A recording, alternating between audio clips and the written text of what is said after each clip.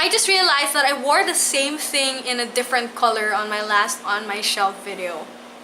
Well, at least I'm being consistent. Hi everyone, it's Clarice. This is Clarice Reads, and if you've been watching my channel for a while, then this may look familiar to you.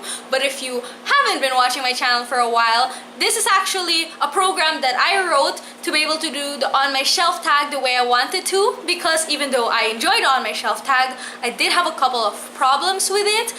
So I wrote this program to remedy those. I talk about it more in my first On My Shelf video, and you should watch that if you're more curious. But for the original On My Shelf tag, basically we get pairs of numbers which correspond to coordinates on the shelf. But how my program works is I'm going to input just a single number which will then correspond to a book that is on my Goodreads. So that includes all books that I marked as read, to be read, DNF, or currently reading on my Goodreads. So it involves all the kinds of books that I want to talk about instead of just the ones on my shelf. And I like it that way. So in my last video, I just got random numbers.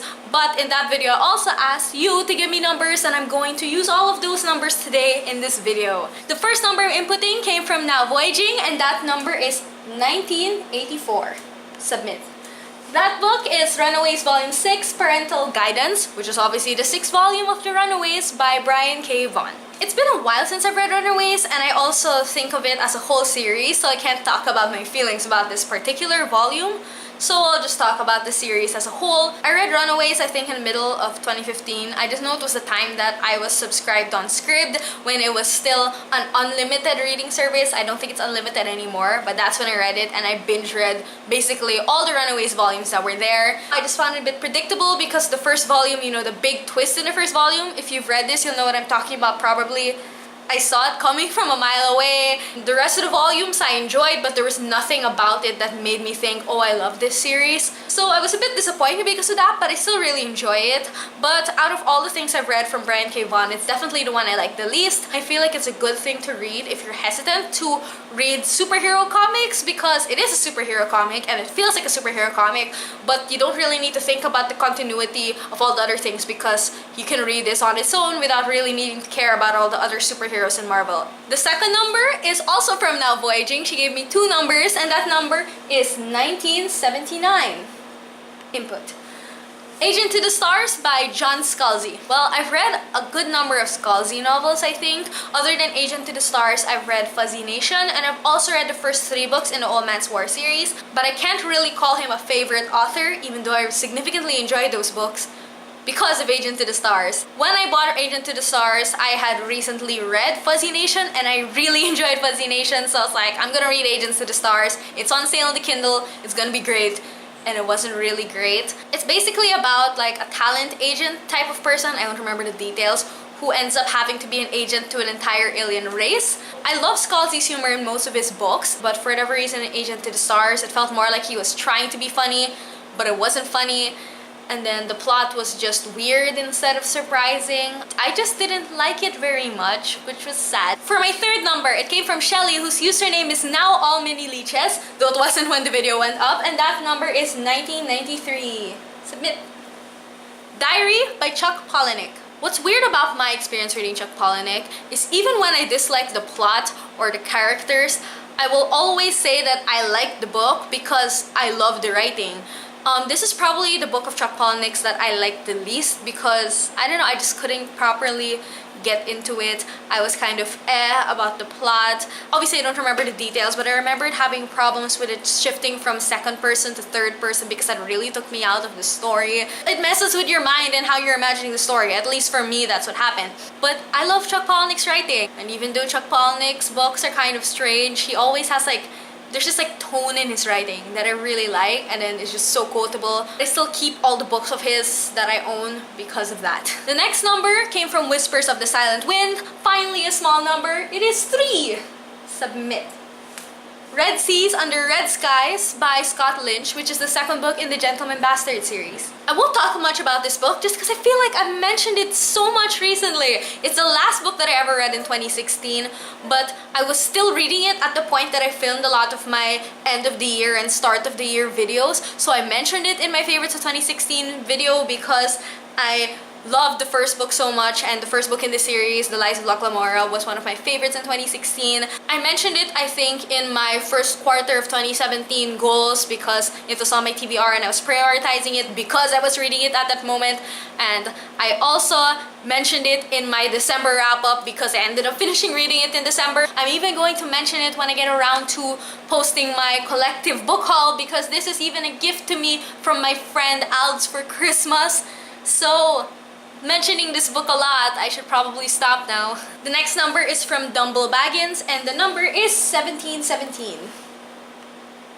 The Bounty Hunter Code from the Files of Boba Fett. What this book should be, supposedly, is a book that's been recovered by the Rebel Alliance. They found it on Boba Fett's ship. It's just a handbook type thing that has a lot of things about how the Bounty Hunters Guild works, and then later on some things about the Mandalorians because it's Boba Fett's. It's a fun read if you enjoy Star Wars. Do I recommend that you read it like I did and read it straight like a novel? No. It's probably one of those books that are better off with you just flipping through it and reading random parts when you feel like it. There are two other books in this series that I own, namely The Jedi Path and Book of Sith. No idea what else to say about it, but it's a really cool thing to own. Next is from Kinetic Aesthetic, and the number is 3940. That's not a zero. Zero. Crown of Midnight, which is the second Throne of Glass book by Sarah J. Maas. The Throne of Glass series was, I think, one of the first things I read as a recommendation from BookTube. I had just discovered BookTube, and I think the person I was most obsessed with watching when I discovered BookTube was Reagan from Peruse Project, and she would not stop talking about the series, so I decided to read it. I read Throne of Glass, then Crown of Midnight, then I think it's called Assassin's Blade, you know, the prequel novellas, and then right after that, Heir of Fire came out, so I read Heir of Fire. When Heir of Fire came out and I just read it, I told everyone that was my favorite book in the series, but the book in that series that I feel like I was actually the most engrossed in, that I could not stop reading, was Crown of Midnight. And then I knew that I needed to read the fourth book. I was so excited for the fourth book.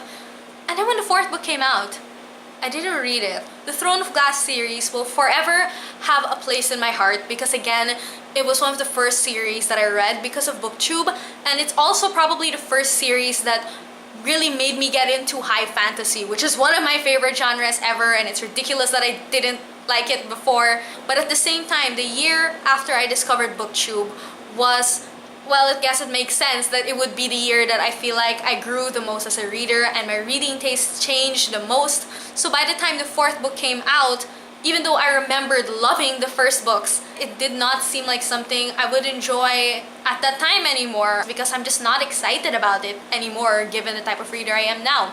Next number is from Lexi Reads Books, and that number is 8542. Prince Caspian, the fourth book in the Chronicles of Narnia. I read the entire Narnia series in the end of 2015, I think, just because it's a series that I didn't actually read as a child. There were some books I really significantly enjoyed. There was one book in particular, the last one, which I hated. And this one, I think I was just okay with. I barely remember the plot, but I don't think I had much against it. But at the same time, there wasn't much that like stuck with me about it. So it's like one of those in the middle books. I'd like to say more about this book, but I really can't. So in summary, Prince Caspian. Pretty meh book, at least based on my experience with it. The next number is from Mel from Books with Wings, and that number is 1965, which is actually the year my mom was born. And it is Ultimate Comics Spider-Man Volume 1, The World According to Peter Parker. This was another one of those comics that I read back when I had that subscription to Scribd, and I remember reading it, I think, one Christmas. I just remember I was in my Lola's house, and if you don't know, Lola is the word for grandmother in Filipino. I was at her house and I was gonna spend time with my little brother, so I decided to download this and read it with him because I wanted him to get into comics. So this brings back kind of good memories because of that. But I remember really liking this because it featured a Spider-Man that was a lot wittier, and I enjoy reading Spider-Man comics that feature that kind of Peter Parker rather than the more boring, reserved one. The last number is from Wandering Unicorn, and that number is 7777. Batman Volume 1, The Court of Owls by Scott Snyder and Greg Capullo. I suppose since I just talked about Spider-Man, it's only fair that we moved over to DC this time, and Batman is probably the only DC hero that I've read a good amount of. I think I definitely read more Marvel than I do DC, but I'm trying to slowly make my way through the New 52 run of Batman because everyone's saying it's one of the best runs ever. It's really well written, and the art is also just fantastic. The Court of Owls in particular I find really interesting because it's not just this individual villain like, for example, the Joker would be. It's instead this whole underground sort of institution, organization, syndicate, I don't know. They've been there this entire time, controlling things in secret without Batman or anyone else in Gotham even knowing about it. That is real power. I don't know, it's really cool and it's a different type of villain and I really enjoyed that. So that was my second on my shelf video. Hopefully I don't take like 6 months to put up the next one, but I hope you enjoyed that. Feel free to enter new numbers that I can use in my next video in the comment section down below. There aren't really any rules. It can even be a negative number or a decimal number. Just please don't put any imaginary numbers and I think we'll be fine. Anyway, thank you so much for watching and I hope to see you next time. Bye!